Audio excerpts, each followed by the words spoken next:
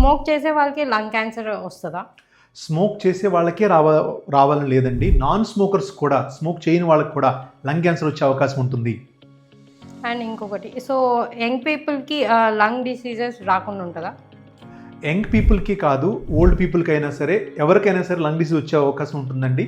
Young పీపుల్కి రాకుండా ఉండదు అనేది లేదు. డాక్టర్, మనకు ఊపిరితిత్తుల్లో ఏమీ లేకపోతే, డిసీజెస్ ఏమీ లేకపోతే మనకి జబ్బు ఏం రానట్లేదు.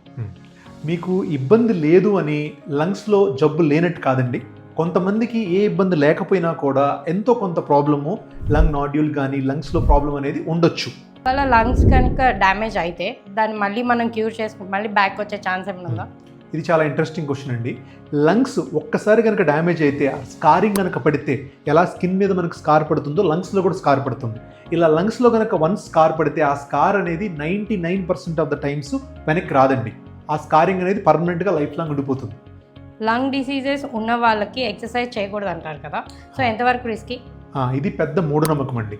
లంగ్ డిసీజ్ ఉన్న వాళ్ళకి అసలు ఎక్సర్సైజ్ చేయటం అనేది పెద్ద మూఢనమ్మకం. ఎందుకంటే లంగ్ డిసీజ్ ఉన్నవాళ్ళు, ఆస్తమా కానీ, ఎలర్జీ కానీ, సిఓపిడి కానీ, ఐఎల్డి ఉన్నవాళ్ళు ఎక్సర్సైజ్ చేయాలి. చేస్తేనే ఉన్న ఏదైతే నార్మల్గా ఉందో దాని లంగ్ కెపాసిటీ పెరుగుతుంది, ఇంకొంచెం హెల్దీ అయ్యే అవకాశం ఉంటుంది. అంతేగాని లంగ్ పేషెంట్స్ ఎక్సర్సైజ్ చేయాలి అవాయిడ్ చేయడం అనేది తప్పండి.